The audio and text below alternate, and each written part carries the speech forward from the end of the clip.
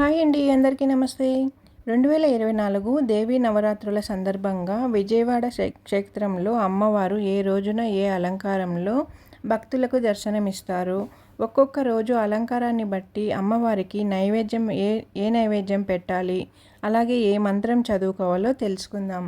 ముందుగా మన ఛానల్ కొత్తగా చూసే వాళ్ళు ఉంటే కానీ ఒకసారి ఛానల్ సబ్స్క్రైబ్ చేసుకొని ఛానల్లోకి వెళ్ళి వీడియోస్ అన్నీ కూడా చూసి ఎలా ఉన్నాయి ఏంటి అనేది కామెంట్ పెట్టండి.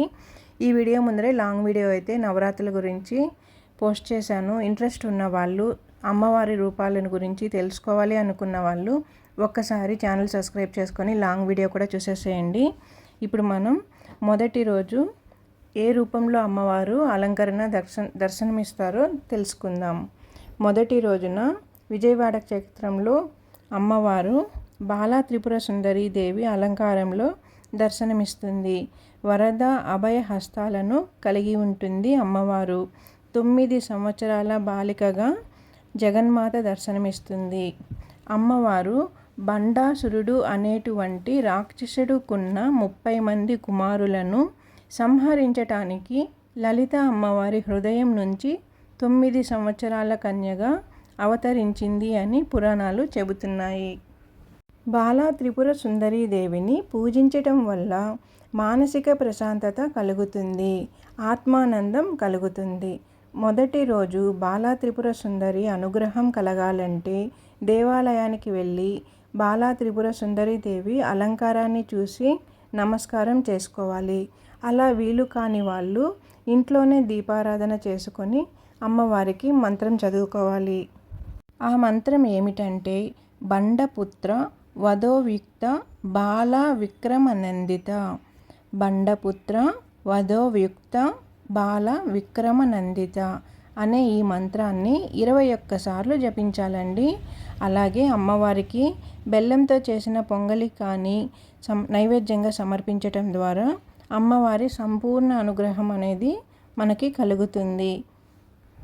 అలాగే రెండవ రోజున విజయవాడ క్షేత్రంలో రెండవ రోజు అమ్మవారి అలంకారం గాయత్రీదేవి అలంకారంతో భక్తులకు దర్శనమిస్తుంది. ఈ గాయత్రీదేవి అలంకారంలో అమ్మవారికి 5 శిరస్సులు ఉంటాయట. 5 శిరస్సుల పేర్లు కూడా చెప్తాను, ఒకసారి తెలుసుకోండి. ముక్త, జిద్రుమ, హేమ, నీల, ధవల అనే పేర్లు 5 ఉన్నాయటండి. 5 శిరస్సులకి మళ్ళీ చెప్తాను. ఒక శిరస్సు పేరు ముక్త, రెండవ శిరస్సు పేరు జిద్రుమ, మూడవ శిరస్సు పేరు హేమ, నాలుగవ శిరస్సు పేరు నీల, 5వ శిరస్సు పేరు ధవల అనే 5 శిరస్సులు పేర్లు ఇవి. పంచభూతాలను తెలియజేస్తాయట. పంచభూతాలు శక్తి అంతా కూడా గాయత్రీదేవి అమ్మవారిలో ఉంటాయట. రెండవ రోజు కూడా అమ్మవారిని దేవాలయానికి వెళ్ళి గాయత్రీమాత దర్శనం చేసుకున్నామంటే అంతా మంచి జరుగుతుంది. ఒకవేళ దర్శనం చేసుకోవటానికి వీలు కాని వాళ్ళు ఇంట్లోనే దీపారాధన చేసుకోవచ్చు. దీపారాధన చేసుకున్నాక అమ్మవారికి మంత్రం చదువుకోవాలి. ఆ మంత్రం ఏమిటంటే గాయత్రి వ్యాహృతి సంధ్యాద్విజ బృంద నిసేవిత.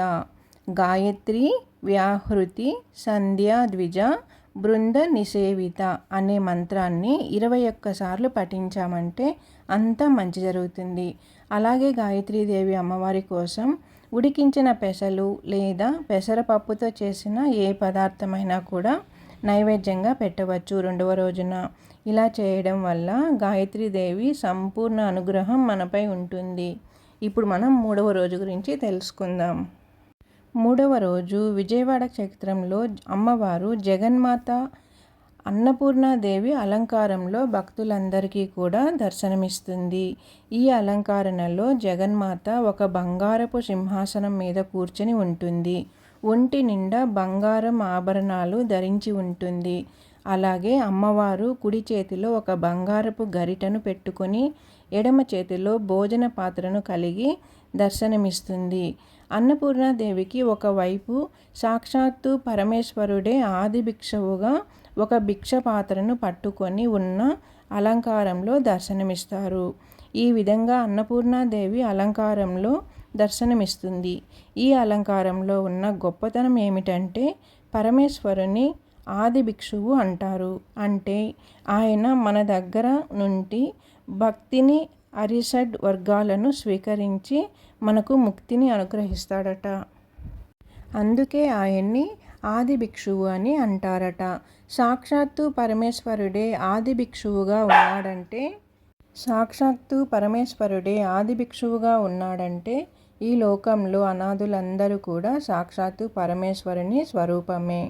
అలాంటి పరమేశ్వరుణ్ణి అమ్మవారు గరిటెతో అన్నం వడ్డిస్తుందంటేనే ఆకలితో ఉన్న వాళ్ళకి ఎవరైతే అన్నం పెడతారో వాళ్ళు సాక్షాత్తు అన్నపూర్ణాదేవి స్వరూపము అని ఈ అలంకారంలో ఉన్న అంతరార్థం. జీవితంలో అన్నానికి లోటు లేకుండా ఉండాలంటే 3వ రోజు దేవాలయానికి వెళ్ళి అన్నపూర్ణాదేవిని దర్శించుకోవాలి. అలా వీలు కాని వాళ్ళు ఇంట్లో దీపారాధన చేసుకొని అమ్మవారికి మంత్రం చదువుకోవాలి. ఆ మంత్రం ఏమిటంటే పురుషార్థ ప్రదాపూర్ణ భోగిని భువనేశ్వరి.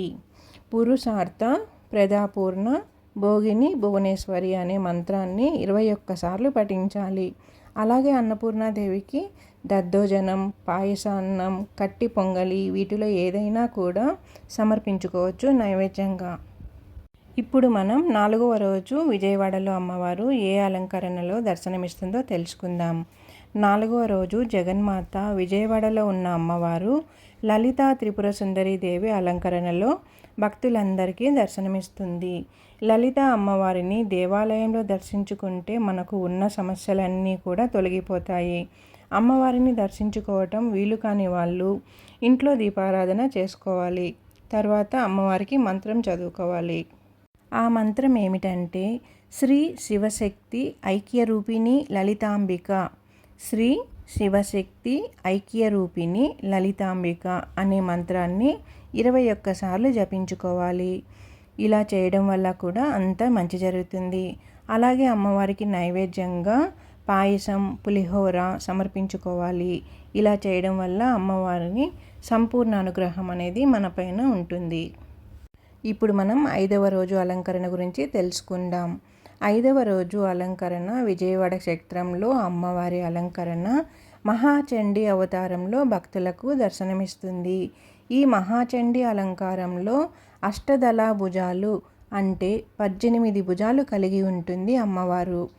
అమ్మవారి చేతులు ఆయుధాలతో కలిగి ఉంటుంది. అలా మనకి దర్శనమిస్తుంది. మహాచండీ అమ్మవారి సంపూర్ణమైన అనుగ్రహం కలగాలంటే దేవాలయంలో మహాచండీ అమ్మవారిని దర్శించుకోవాలి. అలా కుదరని వాళ్ళు ఇంట్లో దీపారాధన చేసుకొని అమ్మవారికి మంత్రం చదువుకోవాలి. ఆ మంత్రం ఏమిటంటే ఓం హైం హ్రీం క్లీం చాముండియై విచ్చే. ఓం హైం హ్రీం క్లీం చాముండేయై విచ్చే అనే మంత్రాన్ని 21 సార్లు స్మరించాలి. అలాగే అమ్మవారికి కట్టె పొంగలి అమ్మవారికి నైవేద్యంగా పెట్టుకోవాలి. ఇలా చేయడం వల్ల అమ్మవారి సంపూర్ణం అనుగ్రహం దక్కుతుంది. ఇప్పుడు మనం 6వ రోజు అలంకరణ గురించి తెలుసుకుందాం. 6వ రోజు విజయవాడ క్షేత్రంలో అమ్మవారి అలంకరణ మహాలక్ష్మి అలంకరణలో భక్తులకు దర్శనమిస్తుంది. ఈ మహాలక్ష్మి అలంకారంలో అమ్మవారు 4 భుజాలతో కలిగి ఉంటుంది. ఈ 4 భుజాలలో అమ్మవారు 2 భుజాలు వరద అభయ హస్తాలతో కలిగి ఉంటుంది.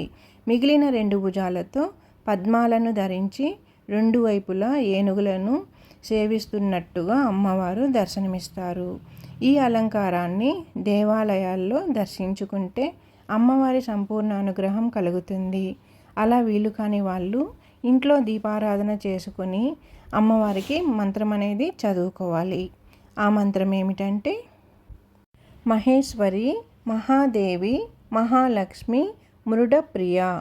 మహేశ్వరి మహాదేవి మహాలక్ష్మి మృడప్రియ అనే మంత్రాన్ని 21 సార్లు స్మరించి అమ్మవారిని సంపూర్ణ అనుగ్రహం అనేది పొందవచ్చు. అదేవిధంగా నైవేద్యం కూడా అమ్మవారికి పూర్ణపు బూరెలు సమర్పించుకోవాలి. ఇలా చేయడం వల్ల అష్టదరిద్రాలన్నీ తొలగిపోయి అష్ట ఐశ్వర్యం అనేది కలుగుతుంది. ఇప్పుడు 7వ రోజు గురించి తెలుసుకుందాం. అమ్మవారి అలంకరణలు. 7వ రోజు విజయవాడ క్షేత్రంలో అమ్మవారి అలంకరణ సరస్వతి అలంకారంలో భక్తులకు దర్శనమిస్తుంది. సరస్వతి అలంకారంలో అమ్మవారు తెలుపు రంగు చీరను ధరిస్తారు. అలాగే అమ్మవారు ఒక చేతిలో జపమాల, ఇంకొక చేతిలో పుస్తకాలను పట్టుకొని ఉంటుంది. ఇంకొక 2 చేతులలో వీణ వాయిస్తూ ఉంటుంది. అమ్మవారి వాహనం హంసవాహనం. విద్యార్థులు విద్యారంగంలో రానివ్వాలి అంటే దేవాలయానికి వెళ్ళి అమ్మవారి సరస్వతి అలంకరణను చూసి దర్శించుకొని రావాలి. అలా వీలు కాని వాళ్ళు ఇంట్లోనే అమ్మవారి ఫోటో ముందర అమ్మవారికి పూజ చేసుకొని దీపారాధన చేసుకొని అమ్మవారికి మంత్రం చదువుకోవాలి. ఆ మంత్రం ఏమిటంటే సరస్వతి శాస్త్రమయి గుహంబ గుహ్య రూపిణి. సరస్వతి శాస్త్రమయి గుహంబ గుహ్య రూపిణి అనే మంత్రాన్ని 21 సార్లు పఠించాలి. తర్వాత సరస్వతి అమ్మవారికి నైవేద్యంగా అటుకులు బెల్లం పాయసం సమర్పించుకోవాలి. ఇలా చేయడం వల్ల సంవత్సరం అంతా అమ్మవారి కటాక్షం మనపై ఉంటుంది. ఇప్పుడు 8వ రోజు గురించి తెలుసుకుందాం.